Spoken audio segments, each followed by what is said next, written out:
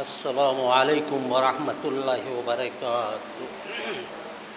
اعوذ باللہ من الشیطان الرجیم، بسم اللہ الرحمن الرحیم۔ الحمد للہ الذی ہدانا لہذا وما كنا لنہتدی لولا ان ہدانا اللہ لقد جاءت رسل ربنا بالحق والصلاة والسلام والتحیۃ والاکرام علی النبی وأهل بيته الطيبين الطاهرين المعصومين المظلومين ولعنة الدائمة الباقية على أعدائهم ومنكري فضائلهم وغاصبي حقوقهم أجمعين من الآن إلى يوم الدين، أما بعد فقد قال الله تبارك وتعالى وقوله الحق، بسم الله الرحمن الرحيم۔ یا ایھا الرسول بلغ ما انزل الیک من ربک وان لم تفعل فما بلغت رسالہ۔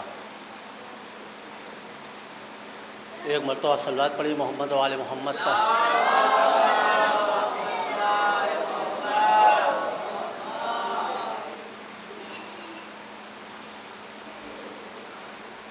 دیکھیے،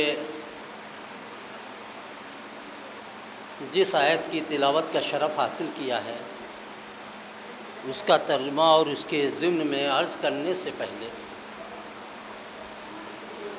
یہ عرض کر دوں کہ یہ مسلمانوں کی، مومنوں کی سب سے بڑی عید ہے۔ اس عید کا احترام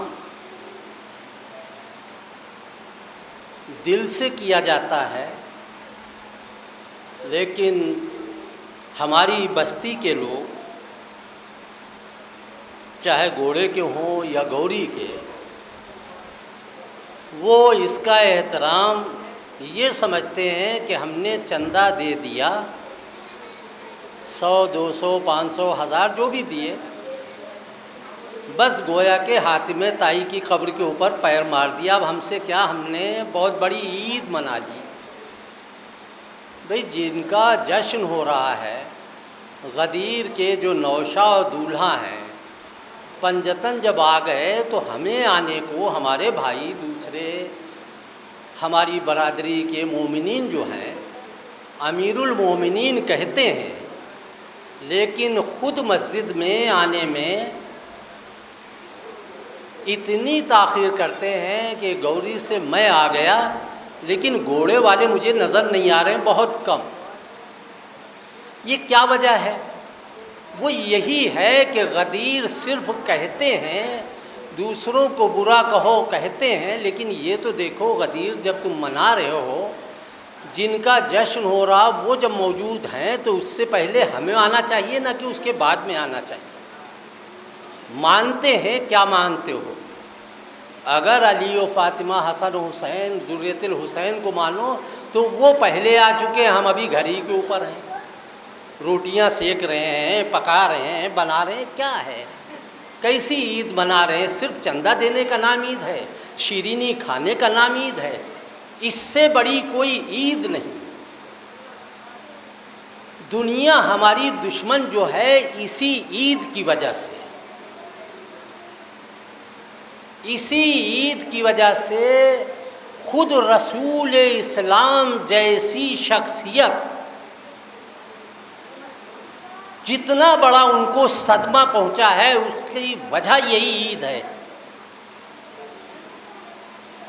رسول نے اس عید کا اعلان کیا تو دشمنوں نے کہا کچھ بھی ہو تمہاری توہین کریں گے نعوذ باللہ، اور حتیٰ کہ آدمی جب دنیا سے کوئی جاتا ہے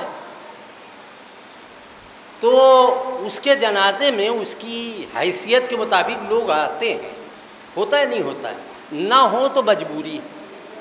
ایک میں مثال دیتا ہوں کہ آیت اللہ خمینی ایک عالم دین تھے، متقی تھے، پرہیزگار تھے، دیدار تھے، نیک تھے، کلمہ تو نہیں ان کا پڑھا جاتا تھا، کوئی کہتا تھا لا الہ الا اللہ خمینی رسول اللہ؟ کوئی کہتا تھا؟ نہیں کہتا تھا۔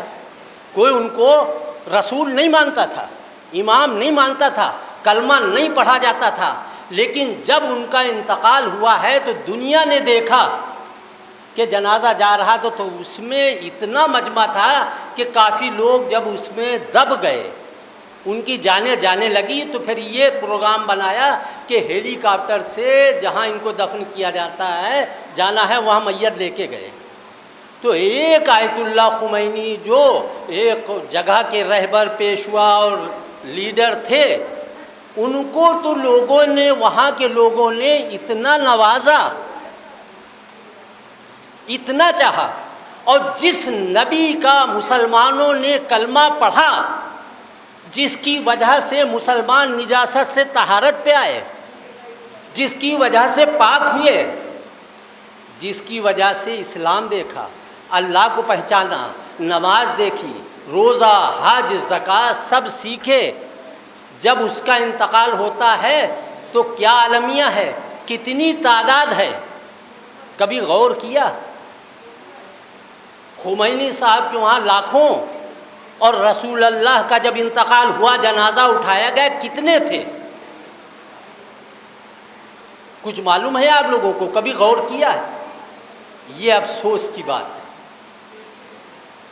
کلمہ تو پڑھتے ہیں، یا نبی کہتے ہیں، بالوں والے کہتے ہیں، زلفوں والے کہتے ہیں، کملی والے کہتے ہیں، تمہیں شرم آنا چاہیے۔ جب جنازہ تھا تو کل 9 یا 11 کتنے آدمی تھے؟ کچھ نے 9 لکھا اور کچھ نے 11 تک تعداد لکھی۔ جو دعویٰ کرتے ہیں کہ نبی کے بعد ہم ہیں تو وہاں خلافت کی پگڑی پہننے کے لیے چلے گئے، نبی کے جنازے کو بے گور و کفن چھوڑ گئے۔ تو یہ کیوں چھوڑ گئے اور نبی کو کیوں چھوڑا؟ صرف اس لیے کہ نبی نے اپنے بعد علی کا اعلان کیا، انہوں نے کہا سب مانا جائے گا، یہ نہیں مانا جائے گا جو آپ نے اعلان کیا۔ لہٰذا انہوں نے نبی کی بات نہ مانی، خود اپنی خلافت کا دعویٰ کیا اور علی کو چاروں طرف سے گھیر لیا۔ ظاہر سی بات، رسول جب تم لاکھوں لوگ تمہارا کروڑوں کلمہ پڑھ رہے ہیں، جنازہ صرف 9 آدمی لیے جا رہے ہیں،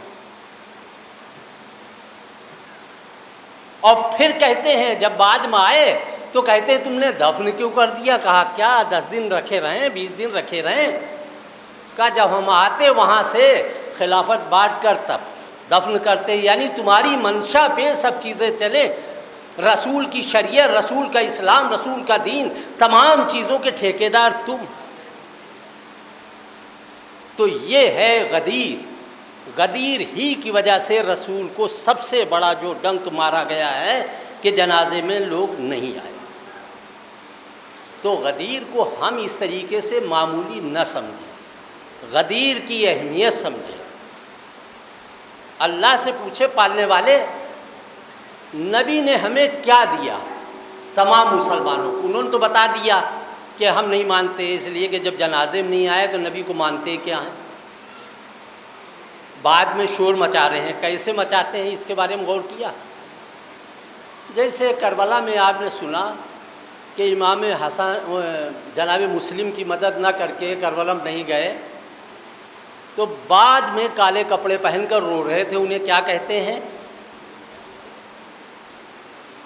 توابین اور توابین کہتے ہیں۔ خوب گریہ وزاری، ہم سے غلطی ہوئی۔ تو یہ لوگ بھی رسول کے مننے میں اس میں نہیں، اور بعد میں یا نبی کیے جا رہے ہیں۔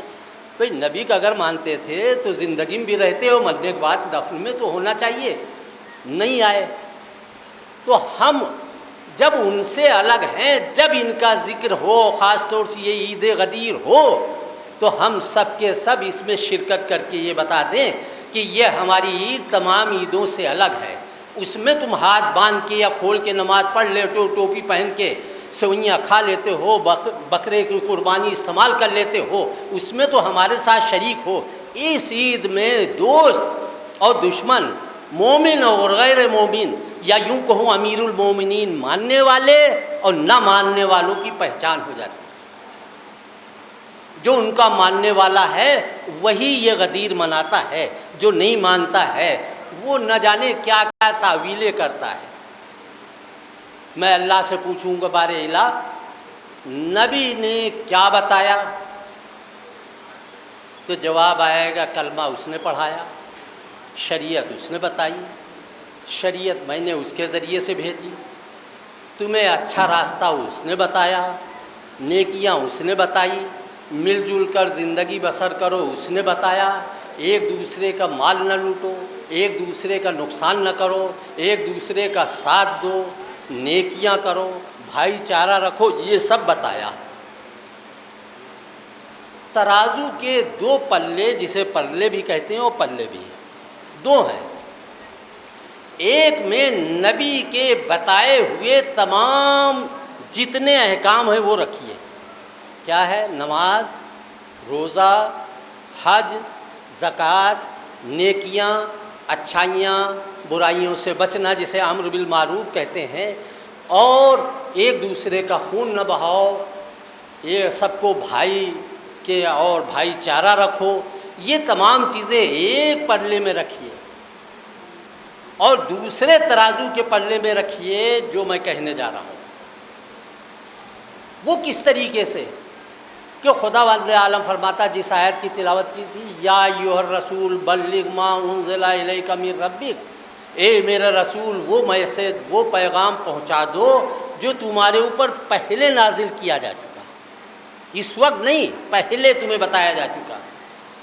اگر تم نے یہ میسج، یہ پیغام عملی طور پر انجام نہیں دیا، فما بلغت رسالتہ، تو گویا کہ کار رسالت تم نے انجام نہیں دیا۔ تو میں عرض کر رہا تھا ایک پلے میں تمام چیزیں رکھیے، تو نبی نے کیا کیا پہلے کہا تھا، اس سے پہلے نماز کے لیے، روزے کے لیے، حج کے لیے، زکوٰۃ کے لیے، خمس کے لیے، اور جتنی نیکیاں تھی، امر بالمعروف و برائیاں جتنی تھی، نہیں عن المنکر کہ برائیوں سے بچو، تو ایک میں وہ رکھیے۔ اور اللہ کہہ رہا ہے ان لم تفعل، یہ غدیر کا میسج اگر نبی آپ نے نہیں پہنچایا تو نماز جو پہنچائی، روزہ پہنچایا، حج پہنچایا، سب بیکار۔ فما بلغتا، گویا کہ تم نے تبلیغ نہیں کی۔ تو علی کی ولایت کا پیغام ہی اس پہ منحصر ہے کہ اگر علی کے بارے میں آپ نے نہیں کہا، کہنا نہیں، صرف میرے نبی کہنا نہیں، دیکھیے کہنے کو ہوتا ہے قل تقل، اے میرے نبی اگر تم نے نہیں کہا، لیکن ہے تفعل، فعلاً انجام دو۔ پڑھے لکھے ہیں آپ لوگ، میں عرض کروں، ایک ہوتی ہے تھیوری، دوسرا کیا ہوتا ہے؟ کوئی تو بولو بھائی، کچھ تو سہارا دو، کیا کہتے ہیں؟ پریکٹیکل۔ تو دو چیزیں، ایک ہوتا ہے صرف بیان کرو کہ ایسے ایسے مثلاً فرض کیجیے مسجد بنے گی، پھر دوسرا ہوتا بننے کے لیے اسی حساب سے بنائی جائے، ہر چیز میں ہوتا ہے۔ تو ایک زبانی ہوتا ہے، دوسرے عملی ہوتا ہے۔ تو نبی سے اللہ نے یہ نہیں کہا میرے نبی تم صرف کہہ دو، بلکہ پریکٹیکل انجام دو۔ یہ نہیں کہ صرف کہہ دیا میرے بعد جس کا میں مولا علی اس کے مولا ہیں، جو کچھ میں ہوں وہ علی ہیں، نہیں، بلکہ عملاً بتاؤ۔ یہ کیوں کہا؟ اس لیے کہا کہ لوگ کہتے تھے کہ ہم تو بیٹھے تھے لیکن سو گئے تھے، ہم تو وہاں تھے، ہو سکتا کوئی ہم سمجھے کوئی اور علی ہو۔ صلوات پڑھیے محمد والے محمد کا، آ جائیں ادھر آ جائیں۔ ہو سکتا ہے کوئی اور علی ہو جن کے بارے میں فرما رہے ہوں، تو اللہ نے کہا نہیں، ان لم تفعل، اگر اس کو فعلاً انجام نہیں دیا، فما بلغت رسالت، گویا کہ تبلیغ رسالت نہیں کی۔ اب نبی اس کو پریکٹیکل انجام دینے کے لیے کیا کر رہے ہیں؟ غدیر جب آخری حج کر کے نبی آئے اور اللہ کی طرف سے یہ معلوم ہو گیا کہ اب آخری حج ہے، تو اللہ نے کہا اب تم اپنا پورا وعدہ کرو جو کر چکے ہو ذوالعشیرہ میں، اب یہاں سب کے سامنے کہو یہ حاجی ہیں، نمازی ہیں، روزے دار ہیں، ان کے سامنے کہو۔ اور کہاں کہو؟ جہاں سے راستہ تقسیم ہونے لگتا ہے۔ فرض کیجئے کہ گوس گنج کی طرف جانے والا راستہ، گوری کی طرف آنے والا، اور ادھر کھجونا کی طرف، تو یہاں پر جیسے تراہے پہ آدمی پہنچے تو کہیں گے یہیں روک لو، یہیں بات کہو، تاکہ کھجونا والے بھی سن لے، گوس گنج کی طرف والے بھی اور گوری والے بھی۔ تو غدیر وہ جگہ تھی جہاں سے راستے بٹ رہے تھے۔ نبی کو روکا گیا کہ نبی اس میسج کے لیے، اس پیغام کے لیے آپ رک جائیں، اور جو آگے بڑھ گئے ہیں ان کو واپس بلا لیں، پیچھے جو رہ گئے ان کا انتظار کیا جائے۔ اب نبی کو ضرورت تھی، مجمع تھا زیادہ، تو اس مجمع کے سامنے نبی اگر بیان کریں اور علی کو اٹھائیں تو سب کیسے دیکھ سکتے ہیں؟ تو اس کے لیے حکم ہوا اے نبی اس کے لیے ایک منبر بناؤ۔ تو اگر اللہ ایسا ہی تھا تو نبی سے کہتا اپنے ساتھ ایک منبر لیتے چلو۔ ادھر آ جائیں، ادھر آ جائیں، ٹھیک سے بیٹھ جائیں، ٹھیک سے بیٹھ جائیں، اور ادھر آ جائیں، سوال ادھر آ جائیں۔ اپنے ساتھ لیتے چلو۔ نہیں، اللہ یہ نہیں کہتا ہے۔ جب وہاں پر پہنچے تو جبریل کے ذریعے سے یہ آیا کہ اے نبی یہ وہی مقام ہے جہاں پر آپ کو پیغام پہنچانا ہے۔ اب نبی اسی جنگل، اسی بیابان جنگل میں جہاں سایہ نہیں ہے، ورنہ لوگ کہہ دیتے کہ ٹھنڈی ہوا لگی، تھکے ہوئے تھے ہم سو گئے، لیکن جہاں پر درخت نہ ہو، سایہ نہ ہو، آدمی سو جائے گا۔ ہاں عقلیں سو جائیں وہ الگ ہے۔ نبی کو حکم ہوا اے نبی اب اس کا انتظام و اہتمام کریں۔ نبی رحمت للعالمین نے انتظام کرنا شروع کیا۔ بالان شتر کو، اونٹ کے اوپر جو ہم و آپ کجاوے کہتے ہیں، اسے اونٹ کے اوپر جس میں لوگ بیٹھتے، پہلے زمانے میں باقاعدہ سواریوں میں یہی استعمال ہوتا تھا، تو بالان شتر کو کہا ایک کے اوپر ایک رکھا جائے۔ سلمان فارسی کی ڈیوٹی لگی اور مومنوں کی بھی۔ نبی کہنے لگے کہ دیکھو جس کو میں کہوں نیچے رکھا جائے وہ نیچے، جہاں میں کہوں وہاں رکھا جائے۔ یا نبی خدا، سلمان نیک ہیں، ابوذر نیک ہیں، یہ سب نیک ہیں، بالان شتر رکھنے کے لیے آپ کہہ دیجئے رکھو، جب اونچا ہو جائے تو مجھے اٹھا کے اس پہ کھڑا کر دو، میں میسج پہنچا دوں گا۔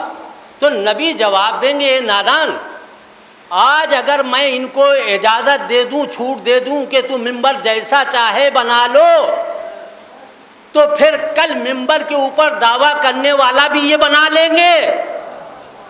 تو نبی نے جب ایک ممبر بنانے کا صحابیوں کو اجازت نہیں دی تو اپنے جانشین کی پرمیشن کیسے دے سکتے؟ صلوات پڑھی محمد والا۔ تو نبی رحمہ نے اپنا میسج پہنچانے، پیغام پہنچانے کے لیے جو اللہ نے ان کو دیا تھا ما انزلہ کے تحت، اس کو پہنچانے کے لیے بالان شتر کا ایک ممبر بنوایا، اور اس ممبر کے اوپر آپ جاتے ہیں، اللہ کی حمد و ثنا کرتے ہیں اور بتاتے ہیں۔ لیکن یہاں پر کچھ جملے میں عرض کروں کہ اللہ نے ان حاجیوں کے بارے میں، ان نمازیوں کے بارے میں، ان نبی کے پیچھے آنے والے جن کو روکا گیا تھا، ان کے ایمان کے بارے میں اللہ نے جو فرمایا ہے اس سے خطرہ محسوس ہو رہا ہے۔ بھائی اللہ یہ صاف صاف تو نہیں کہے گا فلاں چور ہے اسے پکڑ لو، جب ہم سے کہتا ہے کسی کے بارے میں نہ کہو تو اللہ کیسے کرے گا؟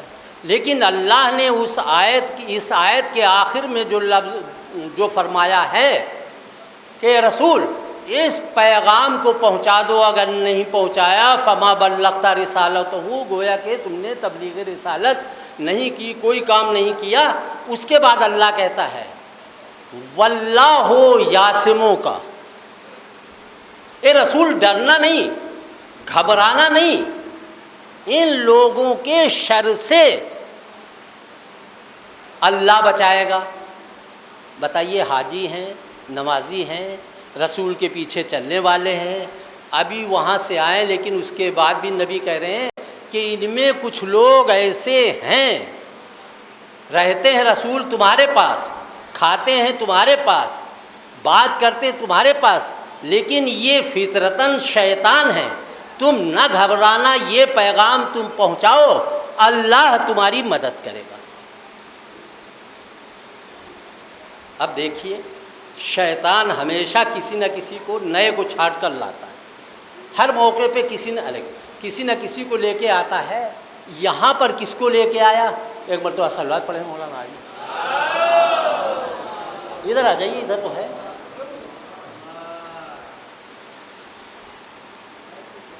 بھئی کہیں کسی کو لے کے آیا، کہیں کسی کو لے کے آیا، اب یہاں پر مقابلے پہ کس کو لائے گا؟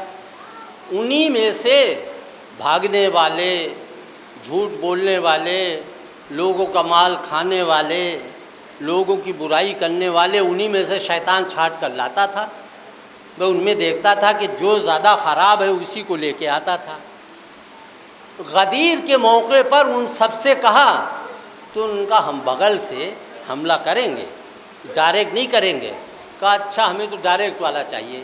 ایک کھڑا ہو گیا، حارث۔ کہا ٹھیک۔ حارث نے کہا تم نے یہ کہا، یہ اپنی طرف سے کہا تو اللہ کی طرف سے ایسا اور یہ وہ عذاب آئے، تو وہاں فوراً اس کے اوپر عذاب آ گیا، وہ ہلاک ہو جاتا ہے۔ یہ لوگ جانتے تھے کہ ہمیں حکومت کرنا ہے، بادشاہی کرنا ہے، مال لوٹنا ہے، جان نہیں دینا ہے، لہذا انہوں نے کہا کسی اور کو قربانی کا دمبا بناؤ۔ حارث تیار ہو گیا، اس نے اپنی جان دی۔ لیکن میں آپ کو دو ایسے واقعے کی طرف اشارہ کرنا چاہتا ہوں جہاں پر اللہ نے دشمنوں کو پتھروں سے ہلاک کیا۔ ایک حارث ہلاک ہو رہا ہے جس نے مولا علی کی کس چیز سے؟ ولایت سے، مولائیت سے،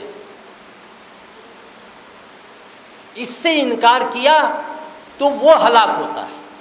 دوسرے وہ لوگ ہلاک ہوئے اس سے پہلے جو علی کی پیدائش کی جگہ کو منہدم کرنے کے لیے ابرہے کے ساتھ آئے تھے۔ ابرہہ اور اس کے پورے لشکر کو اللہ نے بڑے پتھروں سے نہیں مروایا کہ بڑے بڑے پتھر اٹھا کے وہ پھینک دو، کہیں ایک ساتھ دو تین مر جائیں، نہیں۔ ابابیل جیسے پرندے سے کہا 3 پتھر لو، ایک اپنی منقار میں، 2 پنجوں میں، اور جا کے ان پہ ڈال دو۔ جو حارث کا حشر ہوا بس ویسے ان کا بھی ہوا۔ ہاتھی بھی، وہ بھی سب ہلاک ہو جاتے ہیں۔ کیوں ہوتے ہیں؟ اس لیے اللہ نے کہا جو میرے گھر میں پیدا ہوا اور جو میرے گھر کو منہدم کرنا چاہے ان کی سزا یہی ہے کہ پتھر سے انہیں ہلاک کیا جائے۔ صلوات پڑھی محمد والے۔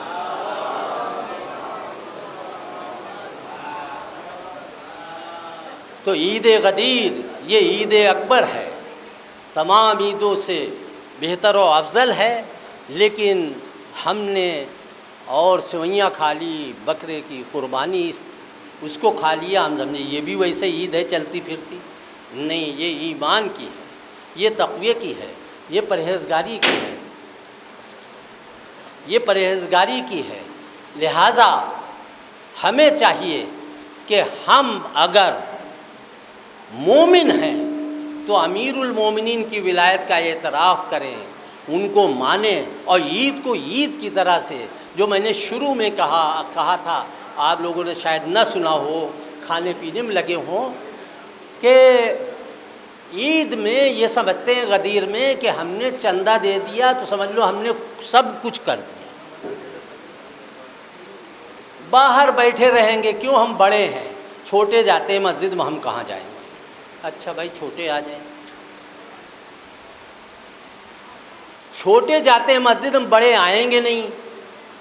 مسجد میں چندہ دے دیا تو انہوں نے بہت بڑا احسان کر لیا، حالانکہ غدیر کا تعلق دل سے ہے۔ دل سے آپ کتنا احترام کرتے ہیں، 10 روپے 100 روپیہ 1000 اور 2000 روپیہ اگر آپ نے دے دیا تو آپ سمجھ رہے ہیں کہ حاتم طائی کی قبر کے اوپر میں نے پیر مار دیا اور میں نے یہ کر دیا، میں نے یہ کر دیا۔ نہیں، ایمان کی دولت بہت قیمتی ہے۔ اس غدیر کی اہمیت یہ نہیں ہے کہ چندہ دیا، بلکہ آئیے مل کے ساتھ میں جشن منائیے، سنائیے، سنیے، صلوات بھیجیے، تب جا کے آپ کو معلوم ہوگا کہ آپ غدیری ہیں۔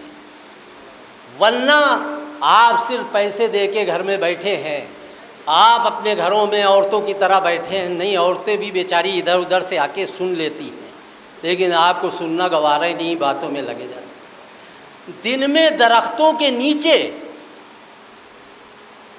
گھنٹوں بیٹھے رہیں گے، لیکن ایسے پروگرام میں جو عید اکبر ہے اس میں شرکت کے لیے شرم آتی، نہائے نہیں ہے۔ مسجد میں کیسے جائیں؟ نہائے نہیں۔ اچھا بھائی کب نہاؤ گے؟ اب میں وہ جملہ اس لیے نہیں کہوں گا، خدا نخواستہ کسی کچھ ہو گیا کہیں گے مولانا نے کہا تھا، اس لیے میں کچھ کہوں گا بھی نہیں۔ صلوات پڑھیں محمد والے محمد۔ میں ایسے جملے کہنے ڈرتا ہوں، کہیں کچھ ہو جائے تو معلوم ہے مولانا ہی بدنام ہو جائیں کہ مولانا نے وہاں کہہ دیا تھا، اس لیے میں کچھ نہیں کہوں گا۔ تو آپ یہ بتائیے کہ آپ کو آنا چاہیے، خود آئیے، بچوں کو لائیے۔ آ گئے بچے، جیسے بچے آنا چاہتے ہیں، اسے روشنی دیکھیں گے، کچھ شعر سنیں گے، پڑھنا سیکھیں گے۔ آپ تو بس یہ ہے کہ میں نے عرض کیا کہ باغ میں بٹھا لو، باتیں کرا لو، ادھر بیٹھ جاؤ ادھر بیٹھ جاؤ، لیکن مسجد میں آ کے گھنٹے 2 گھنٹے 4 گھنٹے اگر بیٹھ جاؤ تو اس سے اپنی قوم کی زینت ہے، محفل کی بھی، اس کی بھی آپ کو قوم سے ہمدردی نہیں ہے۔ اور کہتے ہو کہ ہمیں لوگ پوچھتے نہیں، جب پوچھا جاتا ہے تو تشریف نہیں لاتے، جب بلایا جاتا ہے تو آتے نہیں۔ اور اگر کسی روز کہا جائے بھائی فلاں روز کیا بے بلانے سے فائدہ ہو تو آتے نہیں، تو شکایت کرتے بھائی ہم سے چندہ لیتے ہیں اور ہمیں بلاتے نہیں۔ یہ بھی لیجیے، کیسے بلایا جائے؟ آپ کے لیے کرسی بھیجی جائے، 2 آدمی بھیجے جائیں، بھائی کرسی بٹھا کے ان کو لے آؤ، کیا منشا ہے؟ آپ کو محفل میں سب کو آنا چاہیے، اور میں یہ جملہ عرض کر رہا ہوں کہ خدا سب کو صحت مند رکھے، اپنے پیروں سے چلتے ہوئے آپ آئیے، اور پھر اسی طریقے سے جب تک باحیات رہیں ان محفلوں میں، اور خصوصاً غدیر کی محفل میں شرکت کرتے رہیں، کیونکہ یہ بہت بڑی عید ہے۔ اس میں تمام مسلمان ہمارے ساتھ شریک نہیں ہیں، کچھ ہیں، یہ نہیں میں کہہ رہا ہوں صرف شیعہ کرتے نہیں، مسلمان بھی کرتے ہیں، لیکن سب شریک نہیں ہیں۔ کیوں نہیں شریک ہے؟ وہ اصل میں جو میں نے شروع میں عرض کیا تھا کہ یہ غدیر ہی کی وجہ سے رسول کی شان میں جو سب سے پہلی اور بڑی توہین ہوئی کہ ایک مرتبہ رسول کے لیے کچھ ہجیان کے لفظ، اور اس کے بعد رسول کی حیات طیبہ کے بعد میت جو اٹھائی جا رہی ہے تو 9 یا 11 آدمی کل۔ پھر اسی جملے کو دوہراؤں کہ خمینی جیسے آیت اللہ، متقی، پرہیزگار، دیدار، نیک، اچھے، میں ان کو وہ نہیں کہہ رہا ہوں جو نبی تھے نہ امام تھے، ایک رہبر تھے، پیشوا تھے، نبی تو نہیں تھے، امام تو نہیں تھے، لیکن ان کے جنازے میں شرکت کے لیے لاکھوں، اور جس کا کلمہ پڑھ کے ہم نجاست سے طہارت کی طرف آئے، جن کے طفیل میں ہم جنت میں جانے کے لیے جھولے لیے گھوم رہے ہیں، جن کی وجہ سے ہم چاہتے ہیں حور و غلمان اور میوے اور کیا کیا ہمیں ملے، ان کے جنازے میں صرف 9 آدمی یا 11، وہ اسی لیے کہ آپ غدیر کا اعلان کر رہے ہیں، تو نہ ہم دفن کرنے آئیں گے نہ آپ کی بات مانیں گے۔ تو کیا آپ ان میں سے ہیں؟ غدیر کا اعلان سب کچھ آنا پسند نہیں کرتے؟ مولا علی کی ولایت کا ہے، علی والے جتنے مولائی ہیں ان کو سب سے پہلے ایسی محفلوں میں آنا چاہیے، اس لیے کہ ہمارا عقیدہ ہے جب ذکر اہل بیت ہوتا ہے تو پنجدن پاک آ جاتے ہیں، وہ پہلے آ جائیں اور ناپاک جو ہیں وہ آنے کے لیے سوچتے رہ جائیں کہ اگر مناسب سمجھیں گے تو آ جائیں گے. بھئی کب سمجھو گے مجھے مناسب؟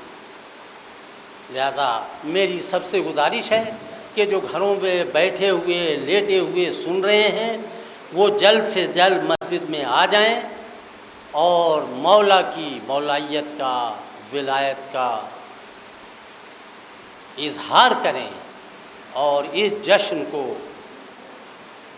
کامیاب بنانے کی کوشش کریں. اس میں اس جشن کے بارے میں مولا نے اس پہ دیکھیے، میں جو عرض کر رہا تھا کہ لوگوں نے کیا معنی لیے. غدیر کے اور غدیر کے مقابلے پہ جو لایا گیا ہے، نبی کے بعد دو راستے بنائے گئے. ایک راستہ نبی نے بنایا جس کا نام کیا ہے؟ غدیر، جس کا اعلان نبی نے کیا ہے ذوالعشیرہ، اس کے بعد کیا ہے؟ غدیر. اور دوسرا راستہ ہے جس کا نام ہے ثقیفہ. اب میں یہاں پر دو جملوں میں آپ کے سامنے وضاحت کروں کہ ثقیفہ اور غدیر میں کیا فرق ہے. غدیر اس احکام کو کہتے ہیں کہ جس کے بارے میں اللہ نے قرآن میں حکم دیا، یا ایھا الرسول بلغ، اے رسول یہ پہنچا دو. تو حکم کس نے دیا؟ اللہ نے. کس کے ذریعے سے؟ جبریل علیہ السلام کے ذریعے سے. کس کے پاس آیا؟ نبی کے پاس. تو نبی تک یہ پیغام چاہے پہلے آیا ہو، مجھے یہ نہیں دوبارہ اس کو متوجہ کیا گیا کہ یہاں پر سناؤ، انزلہ کا لفظ ہے. تو بھیجنے والا کون، لانے والا کون، جس کے پاس پہنچا وہ کون؟ پیغام بھیجنے والا اللہ، لانے والے جبریل. آیا کس کے پاس؟ نبی کے پاس. اب وہ پیغام کیا ہے؟ قرآن. یا ایھا الرسول قرآن کی آیت ہے، قرآن.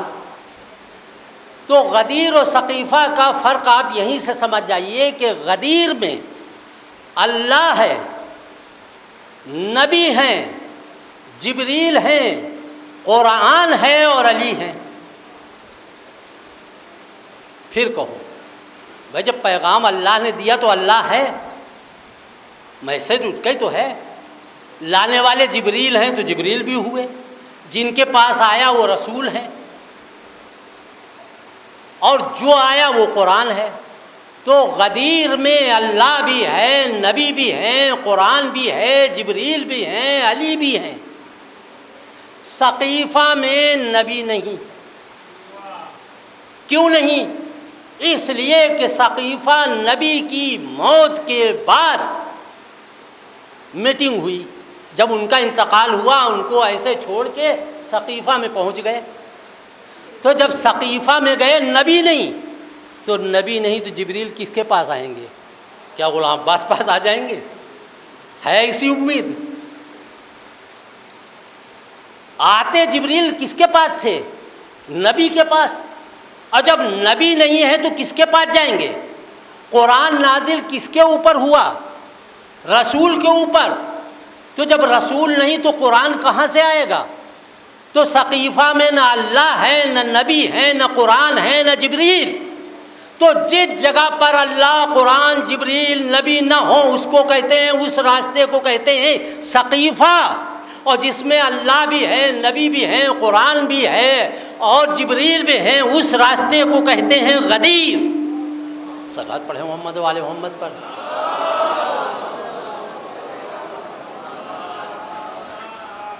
تو یہ فرق ہے. اب ہم سے کہتے ہیں کہ بھئی یہ شیعہ سنی سب کی کتابوں میں، بس یہ الگ بات ہے کچھ مسلمانوں نے نہیں لکھا، زیادہ تر مسلمانوں نے لکھا ہے. اب معنی میں فرق کرنے لگے. میں کہتا ہوں کہ دنیا میں غدیر سے بڑھ کے کوئی دلیل ہو یا ایسی ہو تو خلافت کے اوپر لاؤ بھائی، کوئی دلیل نہیں۔ کیوں بھائی؟ اللہ نے جب بنایا نہیں، نبی ہیں نہیں، جبریل آئے نہیں، تو خود راستہ بنا لیا۔ اور گوری والے مل کے اگر کسی کو نبی امام بنا لیں تو اگر نبی و امام ہو جائے گا۔ تو وہاں کچھ لوگوں نے اس طرح کی حرکت کی اور اس کے بعد بنا لیا بھائی رسول اللہ بنا۔ کہا رسول اللہ نے کیوں نہیں بنایا؟ کہا نعوذ باللہ بھول گئے۔ جس کا نبی بھولنے والا ہو تو پوری شریعت گئی۔ نبی بھول گئے اور بعد والوں نے خوب اپنے جانشین بنائے۔ کیوں؟ نعوذ باللہ نبی سے زیادہ یادداشت ان کی تھی۔ تو اس کا کلمہ ہی کیوں پڑھتے ہو جو بھولنے والا ہو؟ جو جانشین بنانا بھول گئے اپنا کلمہ بنا دو، کلمہ بھی بدل لو بھائی، کیا بات ہے؟ وہ نہیں کریں گے۔ تو اصل میں یہ غدیر وہ عید ہے کہ جس میں مومن اور غیر مومن کی پہچان ہوتی ہے۔ جو غدیر کو مانتا ہے، اس پہ عمل کرتا، وہی امیر المومنین کا ماننے والا مومن ہے، اور جو امیر المومنین کو نہیں مانتا ہے وہ مومن نہیں ہو سکتا۔ بس کچھ جملے اور اس کے بعد ختم و دعا کہ مولا کے اوپر دیکھیے بحث کرتے ہیں کہ نبی نے ہاتھوں پر اٹھایا، اپنے کو چھپا لیا اور فرمایا عملی جو کہا تھا ان لم تفل یعنی پریکٹیکل۔ اس کے بعد کہا من کنت مولا فہذا علی مولا، میں جس کا مولا اس کے یہ علی، کوئی اور علی نہیں، جو میرے ہاتھ پہ ہیں، میں اگر چھپ جاؤں تو ان کو دیکھ لو پہچان لو۔ یہ کہہ کے نبی نے علی کو بلند کیا اور سب نے دیکھا۔ اس کے بعد جب نبی کو مبارکباد دینے آئے تو نبی نے کہا وہ خیمے میں علی، ان کو جا کے دو۔ لوگ مبارکباد بھی دینے کے لیے دیکھیے کتنے دنیا دار تھے، مبارکباد تو دے آئے۔ اور مدینے میں آتے آتے جب ان سے پوچھا گیا نبی نے کیا کہا، کہا کچھ کہہ رہے تھے ہماری سمجھ میں نہیں آیا، کچھ کہہ رہے تھے ہماری سمجھ میں نہیں آیا۔ بھئی ہم لوگ اگر یہ کہیں تو مانا جا سکتا ہے، کیوں؟ بھئی ہماری ان کی زبان میں فرق ہے۔ بھئی گوری کی جو زبان ہے، کم سے کم آپ اردو مان لیجئے، ہندی مان لیجئے، اور عرب کی عربی میں فرق ہے یا نہیں ہے؟ لیکن وہ جو مدینے میں آ کے کہہ رہے ہیں، نبی کے ساتھ مدینے میں رہ رہے ہیں، ان کی اور ان کی زبان تو ایک ہے، پھر یہ کیا کیسے کہہ رہے ہیں نبی کچھ کہہ رہے تھے؟ اصل یہ ہے کہ وہ بتانا ہی نہیں چاہ رہے تھے، اور وہ چاہتے تھے کہ اس مسند خلافت کے اوپر ہم بیٹھیں، اور چنانچہ وہی کیا۔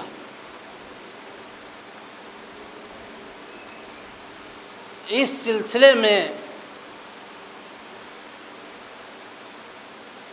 انہوں نے، آج بھی یہی ہوتا ہے، جب ظالم کوئی حکمراں ہوتا ہے تو وہ اپنی جڑ مضبوط کرنے کے لیے اپنے مخالفوں کے اوپر مقدمے ٹھوکتا ہے، ان کو پریشان کرتا ہے۔ ایسے ہی علی اور اولاد علی کو پریشان کیا جانے لگا۔ میں مصائب نہیں، صرف اشارے۔ حق چھینا گیا، باغ فدق چھینا گیا، وہ شہزادی اور شہزادے کہ ان سے بہتر پاک و پاکیزہ نیک تر دنیا میں کوئی تھا ہی نہیں نبی کے بعد۔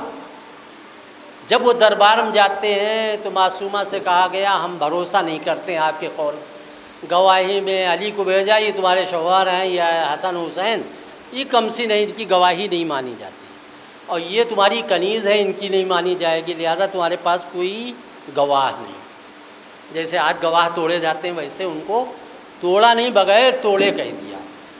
جب انہوں نے کچھ آیتوں کا سہارا لیا کہ ایک نبی دوسرے نبی کا مثلا وارث ہوتا ہے، گہوارے میں ایک نبی کی جب بچہ گواہی دے رہا ہے، مثلا جناب یوسف کی طہارت کی گواہی ایک گود کے بچے نے دی، تو غیر مسلموں نے اس بات کو تو مان لیا، عزیز مصر نے اس کو مانا وقتی طور پر،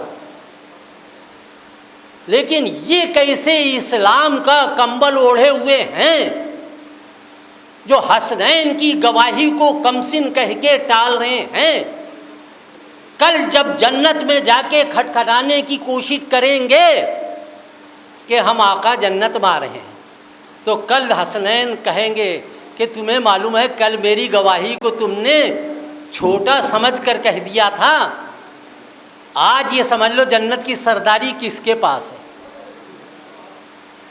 نبی نے اپنی حیات میں کہا تھا الحسن والحسین سیدہ شباب اہل الجنہ، جنت کے جوانوں کے سردار ہیں یہ دونوں۔